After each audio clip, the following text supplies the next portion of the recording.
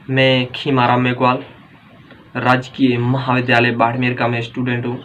मैं third year का student हूँ। मेरे फिलोसॉफी है, इसलिए मैं ये थर्ड ईयर में जो सेकंड पेपर है फिलोसॉफी का, उसमें एक टॉपिक है मिल की पद्धतियाँ।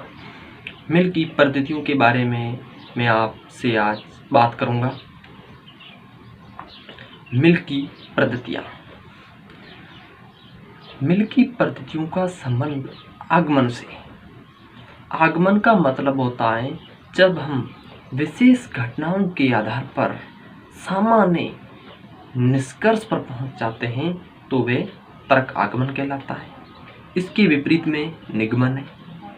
निगमन का मतलब होता है जब हम सामान्य घटनाओं के आधार पर विशेष निष्कर्ष पर पहुंच जाते हैं तो वे निगमन कहलाता है।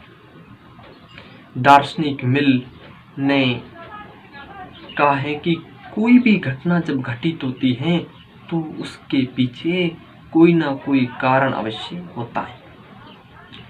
कारणात्मक युक्ति को 5 प्रकार से स्पष्ट किया जाता है, जिससे दार्शनिक मिल ने पूर्ण रूप से स्पष्ट किया है। कोई भी घटना घटित होती है उसमें 2 अवस्थाएं का होना अनिवार्य होता है, पर्याप्त अवस्था और आवश्यक अवस्था। दार्शनिक मिल ने कहा है कि कोई भी घटना जब घटित होती है तो उसमें 2 अवस्थाओं का होना अनिवार्य है। वो 2 अवस्थाएं हैं आवश्यक और पर्याप्त। जैसे जीवित रहने के लिए ऑक्सीजन आवश्यक अवस्था है लेकिन पर्याप्त अवस्था नहीं है, क्योंकि जीवित रहने के लिए जल है, भोजन है, अन्य बहुत सारे तत्वों की आवश्यकता होती है।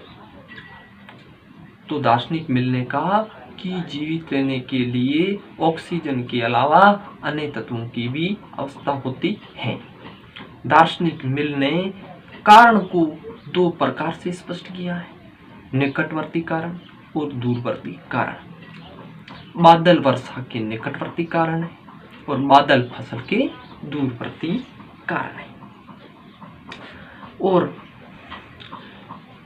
मिल ने अपनी जो पद्धतियां हैं, जो अपनी विधियां हैं, उनको पूर्ण रूप से स्पष्ट किया है। 5 रूप हैं। पहला है अन्वय विधि, व्यतिरेक विधि, अन्वय व्यतिरिक्त संयोग विधि, अवशेष विधि, सह परिवर्तन विधि। तो एग्जाम में ये प्रश्न पूछा जा सकता है कि मिल की 5 पद्धतियों के नामों लिख कीजिए, तो आप ये लिख सकते हैं अन्वय विधि, व्यतिरेक विधि, अन्वय व्यतिरिक्त संयोग विधि, अवशेष विधि, सह परिवर्तन विधि। ये आप नाम लिख सकते हैं। और ये भी प्रश्न बन सकता है कि मिल के अनुसार कारण कितने प्रकार के? 2 है, निकटवर्ती कारण और दूरवर्ती कारण 2 है। तो मैंने आपको मिल के बारे में ये जो बताया, मिल की पद्धतियाँ हैं, मिल के कारण हैं। मिल ने ये भी कहा है कि कोई भी घटना घटित होती है तो उसके पीछे कोई ना कोई कारण अवश्य